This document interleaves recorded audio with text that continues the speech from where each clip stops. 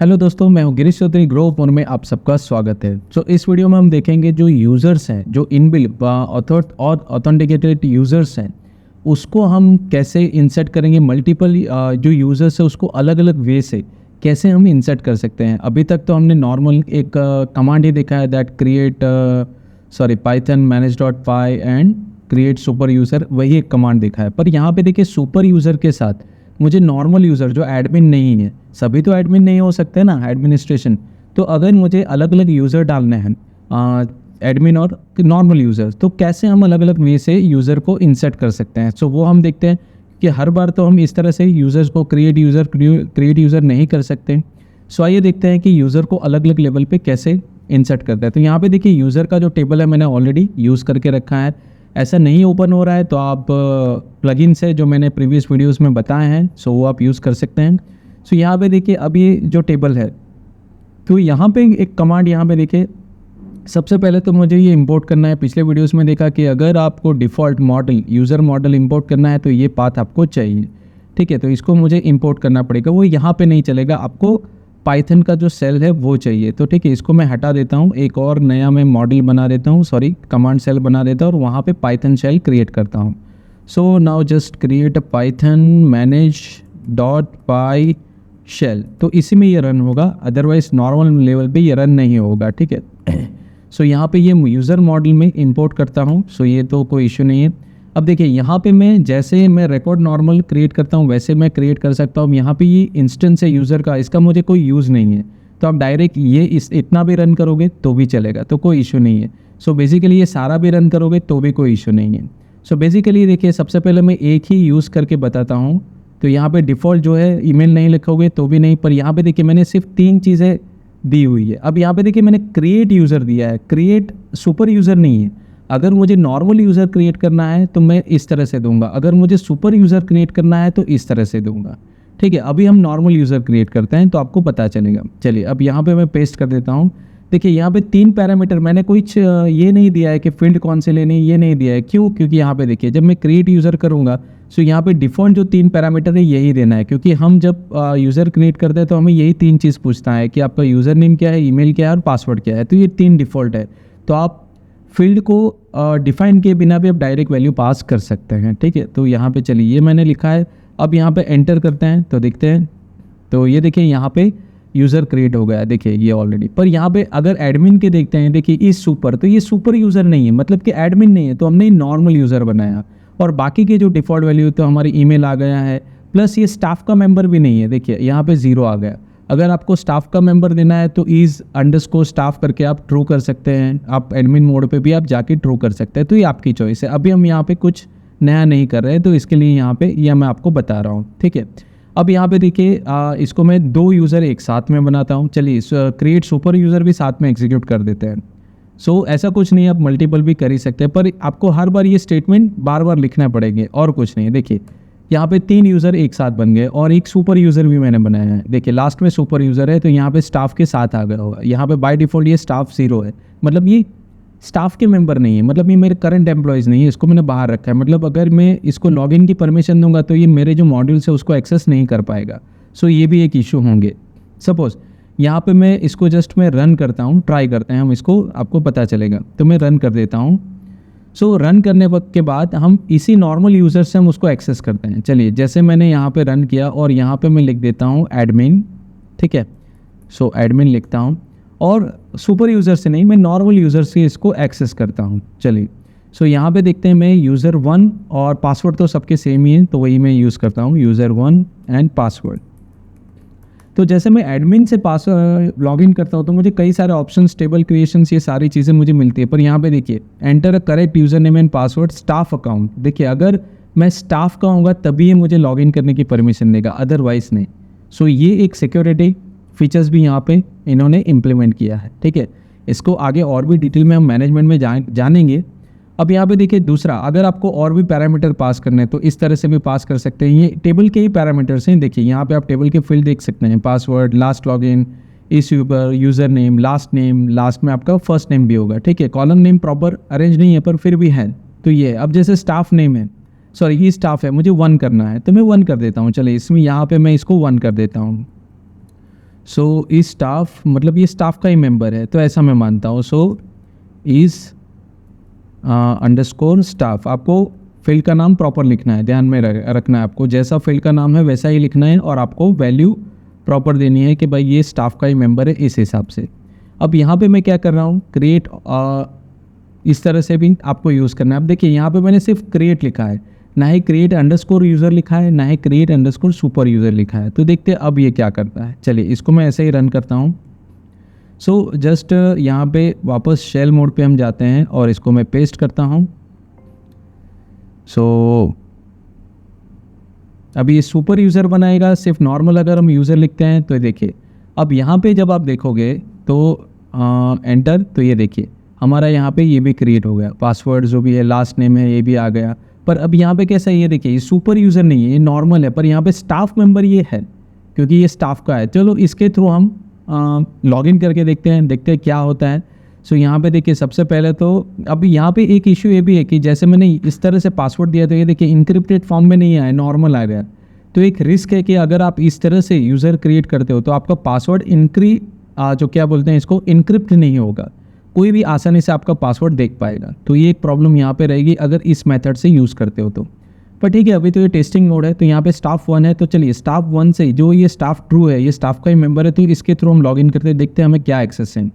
सो यहाँ पे देखिए ये एडमिन तो है नहीं, तो यूज़र 4 और उसका पासवर्ड है। तो चलिए इसको ट्राई करते हैं हम। सो यूज़र 4 और पासवर्ड है, ठीक है।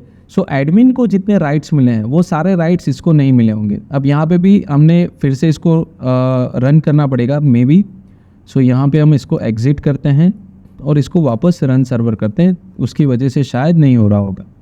सो चलिए ये हो गया रन। तो अब यहाँ पे हम जाते हैं, फिर से इसको रिफ़्रेश कर देते हैं एक बार, एडमिन, ओके रिफ़्रेश हो गया। नाउ यूज़र 4 एंड पासवर्ड, ठीक है।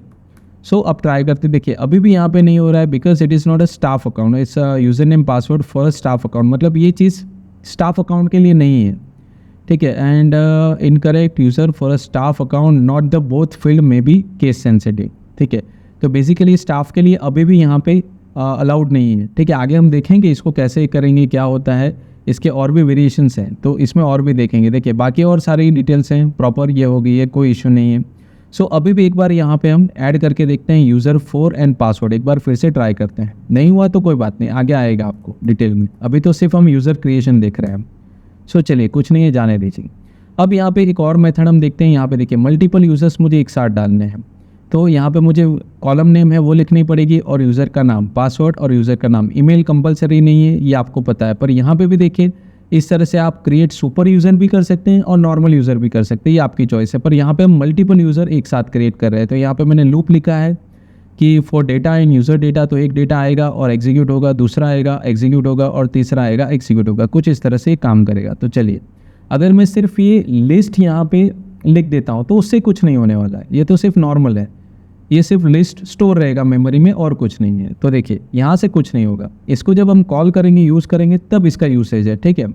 सो यहाँ पे हम लूप में इसको यूज़ करके वही कमांड एग्जीक्यूट कर रहे हैं बार बार, ठीक है, पासवर्ड और डेटा, ठीक है। अब देखिए यहाँ पे डेटा लिखा है मैंने, तो ये लिखना आपको ज़रूरी है, क्यों है वो आपको पता चलेगा। देखिए अभी मैं यहाँ पे कॉपी करता हूँ और यहाँ पे मैं पेस्ट कर देता हूँ। सो एंटर। तो चलिए देखिए यहाँ पे और 3 यूज़र यहाँ पे क्रिएट हो जाएंगे 1 बाय 1। सो अभी यहाँ पे देखिए होने, चलिए कि और एंटर देते हैं, चलिए ये हो गया। सो अब यहाँ पे जो भी हमारे लिस्ट में जो भी यूज़र्स हैं, देखिए ये क्रिएट हो गया, दूसरा क्रिएट हो गया, अब तीसरा क्रिएट हो गया। तो इस तरह से क्रिएट हो रहा है, देखिए यहाँ पे भी, तो यहाँ पे भी स्टाफ 0 है, यहाँ पे भी ये एडमिन तो है नहीं। पर अगर हम यहाँ पे देखिए, यहाँ पे डेटा लिखा है, तो क्या होगा, ये देखिए इनक्रिप्टेड फॉर्म में है। तो देखते हैं, चलिए डेटा हटा के क्या होता है। तो डेफिनेटली एक नया लिस्ट हमें बनाना पड़ेगा क्योंकि सेम यूज़र को वो रिपीट नहीं करेगा, ठीक है।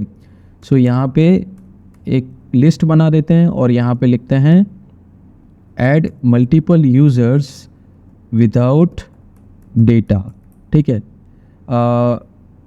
तो यहाँ पे यूज़र का सिर्फ मैं पैरामीटर चेंज करता हूँ 8, 9 एंड 10, और यहाँ से मैं डेटा हटा देता हूँ, सिर्फ यही लिखता हूँ नॉर्मल, सिर्फ इतना ही लिखता हूँ, देखते हैं क्या होता है, ठीक है। तो बेसिकली चलिए मैंने डेटा हटा दिया और इतना ही लिखता। अब इसको मैं एक साथ रन कर देता हूँ, इसकी अब ज़रूरत नहीं है। तो तो यहाँ पे मैं जस्ट पेस्ट इट। सो देखिए डेटा तो कोई इश्यू नहीं है, और वहाँ पे भी सिर्फ हमने डेटा कीवर्ड हटाया है और कुछ नहीं, उसके अंदर जो हमने रिकॉर्ड लिखा था वो हटाया है। तो चलिए अब देखते हैं क्या होता है। सो यहाँ पे देखिए अब जैसे मैं डेटा हटाता हूँ तो क्या होगा, यहाँ पे देखिए यूज़र नेम है, अब ये देखिए प्रॉब्लम आएगी यूनिक कंस्ट्रेंट का, वो चेक नहीं कर पाएगा कि यूनिक है कि नहीं। अब यहाँ पे देखिए शायद हमने रिपीटेड डेटा दिया होगा तो उसका भी इश्यू होगा। तो चलिए वैसा तो कुछ है नहीं, 8 9 10 वही प्रॉब्लम है, कुछ नहीं है। तो ये यूनिक डेटा का प्रॉब्लम्स देता है कि यूनिक फील्ड नहीं है, ऑथेंटिक यूज़र नेम। सो यूज़र नेम में आप देख सकते हैं तो ऐसा कोई यूज़र नेम है ही नहीं जो हमने यहाँ पे अलग नहीं दिया है। तो ये क्या होगा, देखिए user name as a user name ही ले लेगा, आप ये यूज़र 8 यूज़र 9 वो नहीं लेगा। तो आपको ये डेटा देना कंपलसरी है, डेटा आप लिखोगे तभी ये इसकी एज अ वैल्यू के हिसाब से ये लेगा। देखिए ये लेगा, अदरवाइज़ आपने सिर्फ इतना ही लिखा है यूज़र 10 और ये सिर्फ मतलब इधर यहाँ पे कुछ नहीं लिखा है। तो ये देखिए यहाँ पे यूज़र नेम एज ए लेगा। तो यहाँ पे क्या करना है कि आपको डेटा डॉट यहाँ पे आपको कुछ इस तरह से लिखना है, क्योंकि हमने वहाँ पे कांस्टेंट पास किया है। तो डेटा डॉट अगर मैं लिखता हूँ तो डेटा में क्या है, तो डेटा में बेसिकली यहाँ पे ये मेथड है। तो डेटा में मुझे इस तरह से कुछ देना पड़ेगा, क्योंकि ये मैप है तो इसकी वजह से हमने दिया है कि मैप की जो ये फील्ड है ये हमें देनी है। सो यूज़र नेम। सो कई बार स्टूडेंट मुझे पूछते हैं कि सर हमने डेटा हटा दिया तो क्या होगा, पर उस टाइम पे क्या होता है कि स्टूडेंट भूल जाते हैं कि एक्चुअली हम मैप हैंडल कर रहे हैं। तो इसकी वजह से मुझे आपको बताना पड़ा कि यहाँ पे एक्चुअली डेटा कोई इनबिल्ट फंक्शन नहीं है, यहाँ पे हमने ये वेरिएबल के बाद यहाँ पे सिर्फ ये जो की है उसको एक्सेस किए। तो यहाँ पे की को एक्सेस किया है और की के थ्रू हमने वैल्यू को एक्सेस किया है। सो उसके लिए डेटा लिखना कंपलसरी है, तो ये आपको ध्यान रखना है, ठीक है। सो बेसिकली इसकी वजह से हमें डेटा यहाँ पे लिखना ज़रूरी है, ठीक है। तो ये ऐसे ही मैं रख देता हूँ। सो इस तरह से भी आप मल्टीपल यूज़र्स क्रिएट कर सकते हैं। देखिए अब चलिए ये तो शेल मोड पे हुआ। अब देखिए मुझे अगर यूज़र्स है वो फॉर्म से क्रिएट करने हैं, पेज से क्रिएट करना है, तो बार बार तो मैं यहाँ पे कमांड मोड पे तो नहीं जाऊँगा। तो चलिए देखते हैं कि पेज से कैसे क्रिएट करते हैं, ठीक है। तो इसको मैं बंद कर देता हूँ।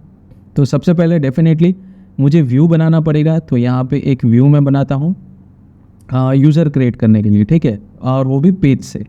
तो सबसे पहले मैं एक व्यू बनाता हूँ। तो ये देखिए सो अगर मुझे व्यू बनाना है तो सबसे पहले मुझे दो चीज़ यहाँ पे इंपोर्ट करनी है कि यूज़र क्रिएशन फॉर्म जो इनबिल्ट है, हमें बनाना नहीं है।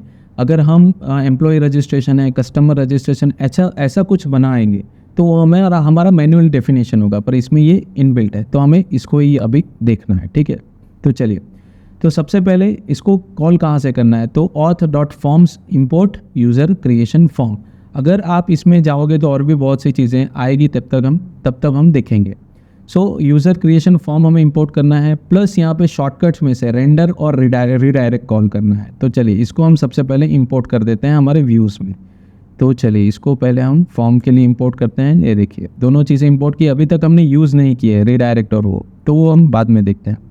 सो यहाँ पे मैं ये बना देता हूँ एक व्यू, उसके बाद आपको मैं एक्सप्लेन करता हूँ, ठीक है। सो यहाँ पे ये हो गया।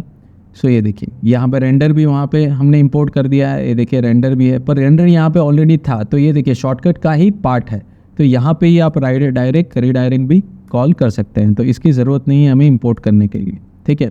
सिर्फ यूज़र क्रिएशन फॉर्म ही हमें लेना है। तो चलिए इसको अब देखते हैं तो कैसा है कि यूज़र क्रिएट रिक्वेस्ट, ये तो सिंपल है, एक व्यू बनाया है। अब यहाँ पे देखिए रिक्वेस्ट डॉट मैथड पोस्ट, मतलब कि कोई फॉर्म में सबमिट करता है, हम सबमिट बटन पे क्लिक करते हैं, कुछ सेव करना है, क्रिएट करना है। तो अगर हम नॉर्मल कुछ रजिस्ट्रेशन करते हैं, ईमेल अकाउंट ओपन करते हैं, सो उसको पोस्ट मेथड बोलते हैं कि अगर हम कुछ क्रिएट करना है, सबमिट बटन पे क्लिक करते हैं, इट मीन्स कि वी आर सबमिटिंग समथिंग, तो वी आर पोस्टिंग समथिंग। इसके लिए यहाँ पे पोस्ट मेथड है, इनबिल्ट है, आप और कुछ अलग नहीं लिख सकते। सो अगर पोस्ट मेथड मतलब फॉर्म से, अगर यूज़र फॉर्म से या HTML फॉर्म से पोस्ट की रिक्वेस्ट आई है, मतलब कि कुछ सबमिट हो रहा है, तो form is equal to user creation form request dot post. ये क्या करेगा, तो बेसिकली ये पूरा फॉर्म है यहाँ पे स्टोर करेगा user creation form request dot post, मतलब कि जो भी पोस्ट में रिक्वेस्ट आई है उस रिलेटेड जो भी अंदर फील्ड होगी, कॉलम्स होगी, वो सारी चीज़ें यहाँ पे फॉर्म में स्टोर करेगा। अगर सारी वैल्यू सही है, मतलब कि यूज़र नेम सही है, पासवर्ड सही है, सब कुछ सही है, तो फॉर्म को सेव होना चाहिए कहाँ पे, आपकी यूज़र के मॉडल में। अब यहाँ पे हमने यूज़र मॉडल ऐसा कुछ तो लिखा नहीं है, पर मैंने जैसे कहा कि जो यूज़र क्रिएशन फॉर्म है वो इनबिल्ट है, वो यूज़र को ही बिलोंग करता है, तो इसके लिए हमें यहाँ पे मॉडल डिफाइन करने की ज़रूरत नहीं है। सो बेसिकली सारी फॉर्म की जो फील्ड है उसकी वैल्यूज़ है यहाँ पे इस वेरिएबल में स्टोर होगी, और इस वेरिएबल में वो चेक करेगा कि सारी वैल्यू सही है या नहीं, सही है तो ही वो रिकॉर्ड सेव करेगा और रिटर्न रीडायरेक्ट सक्सेस, मतलब ये रीडायरेक्ट सक्सेस मीन्स हमें बताएगा कि भाई हाँ सक्सेसफुल हो गया है, ठीक है। Else form create user form, otherwise वो वहीं पे रहेगा।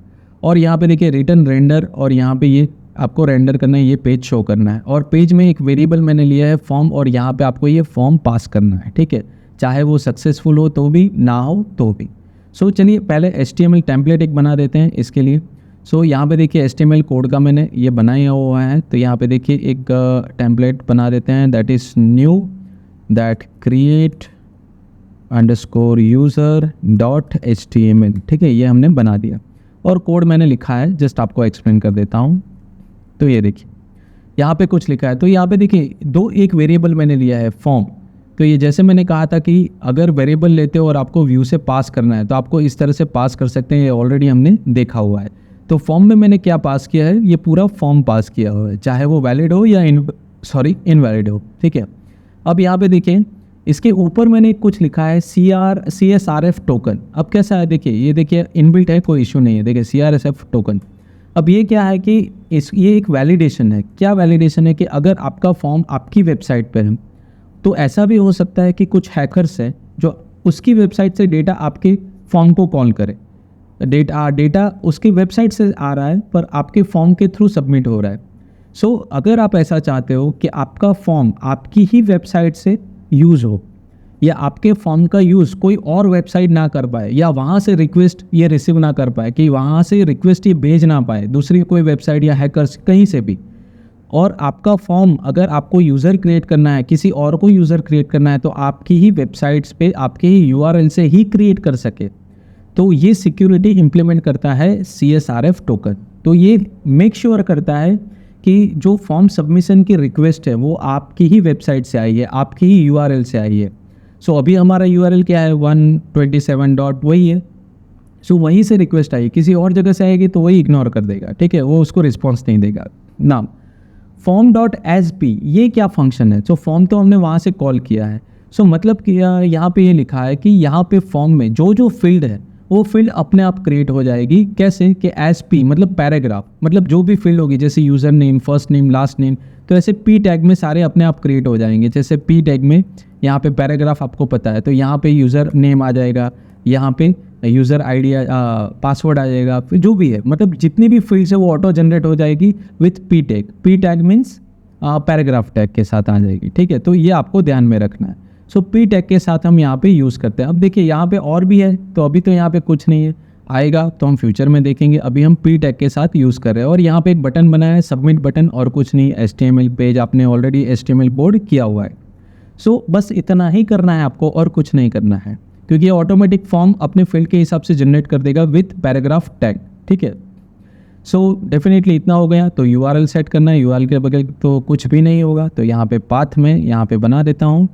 सो ऐप की URL में हम जाते हैं और यहाँ पे हम लिख देते हैं, ठीक है, create user views dot create user, और नेम लिखना है नहीं लिखना है कंपलसरी नहीं है, आपकी चॉइस है, बट मैंने यहाँ पे लिखा है, ठीक है। चलिए अब इसको रन करना है और इसको ट्राई करते हैं कि कैसे हो रहा है। तो चलिए इसको सबसे पहले मैं एग्जिट हो जाता हूँ यहाँ पे, और फिर से इसको रन करता हूँ। सो रन सर्वर। सो ये हो गया। अब यहाँ पे इसको मैं कॉपी कर लेता हूँ, और सर्विसेज के अंडर है तो हमें वैसे ही लिखना पड़ेगा। यहाँ पे सर्विस एडमिन में हमने सर्विस दिया है, सर्विसेज नहीं दिया है, इस तरह से, ठीक है। क्रिएट यूज़र, तो देखिए अभी ये क्या है, पेज रेंडर करके हमें भेज रहा है। तो देखिए ये क्या भेजेगा, तो ये देखिए अपने आप उसने सारी चीज़ें भेज दी, मतलब जो डिफ़ॉल्ट चीज़ थी वो उसने भेज दी कि यूज़र नेम, पासवर्ड और पासवर्ड। तो यहाँ से भी चलिए हम पासवर्ड यूज़र क्रिएट करके देखते हैं। सो सपोज़ मैं क्रिएट करता हूँ एक यूज़र, जैसे गिरीश, ठीक है, यूज़र नेम गिरीश लिखा है। पासवर्ड में थोड़ा कॉम्प्लिकेटेड, इसमें सब कुछ मांगता है, तो यहाँ पे मैं देता हूँ P@SSW0RD, ठीक है। तो बेसिकली मैं आपको बता देता हूँ कौन सा पासवर्ड दिया है, तो ये आप इजीली टेस्टिंग के लिए यूज़ कर सकते हैं। जैसे यहाँ पे आप लिख सकते हैं, जैसे मैंने जो दिया है कैपिटल P@SSW0RD, मतलब वो 8 कैरेक्टर का भी जो लेवल है वो भी पास कर लेगा, कॉम्प्लिकेटेड पासवर्ड का भी, स्पेशल कैरेक्टर, डिजिट, सब कुछ आएगा जाएगा, कैपिटल स्मॉल, तो इसमें सब कुछ आ जाता है, इसलिए मैंने ये यूज़ किया है, ठीक है। चलिए कन्फर्म पासवर्ड मैं यहाँ पे देता हूँ p@SSW0RD, ठीक है। Now create. सो ये देखिए क्रिएट हो गया। The password is too common है, तो चलिए इसमें हम कुछ और नया ऐड करते हैं, p@SSW0RD, एंड यहाँ पे मैं कुछ और देता हूँ, मेरा नंबर दे देता हूँ 9662278990, ठीक है। अगेन p@SSW0RD 9662278990, ठीक है। Now create. तो ये देखिए अब यहाँ पे क्या नो रिवर्स मैच, ये क्या हुआ, तो देखिए success not found, success is not valid, view function, okay. So view function valid नहीं है, कुछ इस तरह से दिखा रहा है, ठीक है। तो यहाँ पे चलिए पहले तो देख लेते हैं कि रिकॉर्ड क्रिएट हो गया नहीं, क्योंकि रेंडर में इशू आ रहे हैं। तो सबसे पहले तो यहाँ पे हम टेबल्स में देखते हैं कि रिकॉर्ड क्रिएट हुआ है कि नहीं। अगर क्रिएट हुआ होगा तो कोई इशू नहीं, सिर्फ रेंडर का इशू होगा। सो यहाँ पे चलिए देखते हैं, देखिए क्रेश, ये रिकॉर्ड क्रिएट हो गया, ठीक है। सो इसमें तो प्रॉब्लम नहीं है। मेन चीज़ कहाँ पे इशू आया है वो सिर्फ मैं आपको बता देता हूँ। तो यहाँ पे रेंडर का इशू है और कुछ नहीं है, रीडायरेक्ट का इशू है, रेंडर का नहीं है। तो यहाँ पे मैं ऐसा लिख देता हूँ कि जस्ट प्रिंट, ठीक है। तो वो सिर्फ कंसोल में आ जाएगा और कुछ नहीं है। सो यूज़र इज़ क्रिएटेड, बस इतना ही हमें लिखना है ताकि एरर ना आए और हमें पता चल जाए कि सारे ऑपरेशन परफेक्ट चल रहे हैं, ठीक है। तो चलिए ये हो गया मतलब ये रीडायरेक्ट किस लिए था कि आपको किसी और पेज पे जाके शो करना है कि भाई ओके आपका सब कुछ सक्सेसफुल हो गया है, तो उसके लिए रीडायरेक्ट लिखा है। पर रीडायरेक्ट हम आगे पढ़ेंगे एडवांस डेवलपमेंट में। सो यहाँ पे चलिए वापस एक और यूज़र हम यहाँ पे रिफ़्रेश कर देते हैं और इसको चलिए और फिर से एक नया यूज़र क्रिएट करते हैं। सो यहाँ पे मैं क्रिएट करता हूँ गिरीश 2 और यहाँ पे मैं वही सेम पासवर्ड में डाल देता हूँ, ठीक है। और यहाँ पे भी देखिए सो p@SSW0RD 9662278990, यहाँ पे यूज़र नेम मेरा यूनिक होना चाहिए, ये ध्यान में रखना है। Now create. चलिए ये यहाँ पे देखिए क्रिएट मैं करूँगा तो ये हो गया। अब यहाँ पे क्लीन बिन करना वो बाकी का बात है, वो बाद में देखेंगे, पर एरर नहीं है। तो ये देखिए यहाँ पे मैसेज आएगा यूज़र इज़ क्रिएटेड, मतलब वर्किंग फाइन, कोई इशू नहीं। तो इस तरह से आप पेज मोड पे भी आप यूज़र क्रिएट कर सकते हैं। देखिए यहाँ पे भी रिकॉर्ड तो आ ही गया होगा, कोई इशू नहीं है, क्योंकि कोडिंग में तो कोई प्रॉब्लम नहीं था। सो इस तरह से आप रेडीमेड फॉर्म भी यूज़र के रिलेटेड जनरेट कर सकते हैं। दूसरे हमारे मॉडल से भी करेंगे, पर वो बाद में, अभी हम डेवलपमेंट मोड पे नहीं है, अभी हम सिर्फ ORM सीख रहे हैं। सो इस तरह से मल्टीपल वे से आप यूज़र जो इनबिल्ट यूज़र है इसको आप क्रिएट कर सकते हैं, ठीक है। सो ये वीडियो पसंद आया है तो लाइक कीजिए, शेयर कीजिए, सब्सक्राइब कीजिए और नोटिफिकेशन के लिए बेल आइकन पे क्लिक कीजिए। आज के लिए धन्यवाद।